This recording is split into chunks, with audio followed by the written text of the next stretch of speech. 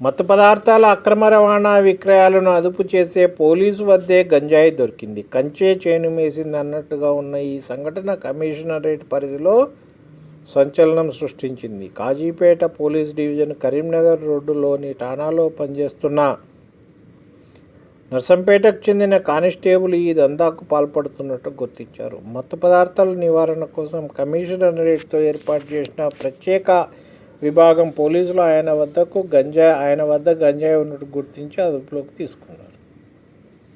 విశ్వసనీయ సమాచారం ప్రకారం సదరు కానిస్టేబుల్ పనిచేస్తున్న ఠాణాలో గత ఏడాది టాస్క్ ఫోర్సు అధికారులు భారీగా గంజాయిని పట్టుకున్నారు. నిందితులపై కేసు నమోదు చేసి గంజాయిని సీజ్ చేసి ఠాణాలో ఉంచారు. అందులో పనిచేస్తున్న కానిస్టేబుల్ దశల వారీగా దాంట్లో నుంచి గంజాయిని మాయం చేస్తూ ఇంట్లో దాచేవాడు. స్నేహితులు, బంధువుల ద్వారా విద్యార్థులకు విక్రయించడం ప్రారంభించాడు.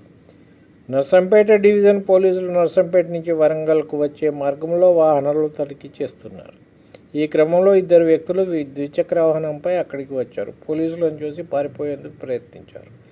వెంబడించగా ఇద్దరిలో ఒకరు దొరికారు. ఆయన వద్ద కొంత ఎండు గంజాయి లభించింది. విచారించగా కానిస్టేబుల్ వద్ద తీసుకొని వచ్చి విక్రయిస్తున్నట్టు చెప్పడంతో విషయం బయటపడింది. కానిస్టేబుల్ను అదుపులోకి తీసుకొని విచారిస్తున్నట్టు సమాచారం.